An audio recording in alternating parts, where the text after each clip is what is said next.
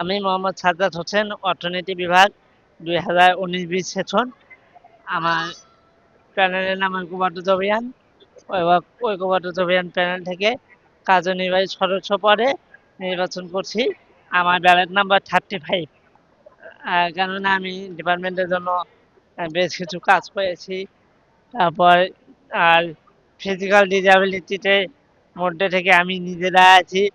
আর অন্যান্য শিক্ষার্থীরা, সাধারণ শিক্ষার্থীরা ফিজিক্যাল ডিসএবিলিটির সুযোগ সুবিধা যতটা না বুঝবে তার চেয়ে আমি বেশি বুঝবো। তারপর এই জন্যই আর আমার কাজগুলো যারা দেখেছেন তারা শুধু বুঝলেন যে আমি কতটুকু কাজ করতে সক্ষম। এই জন্যই শিক্ষার্থী আমি চাই শিক্ষার্থীরা যোগ্য প্রার্থীকে ডেকে ভোট দিক। আলহামদুলিল্লাহ শিক্ষার্থীদের ভালো সাড়া পেয়েছি। আমি আমার ডিপার্টমেন্টে থেকে, আমার জেলা থেকে, অন্যান্য ডিপার্টমেন্ট থেকেও ভালো সাড়া পাইছি। আমি যদি নির্বাচন হয়ে আছি তাহলে আমি বেশ কিছু কাজ করব।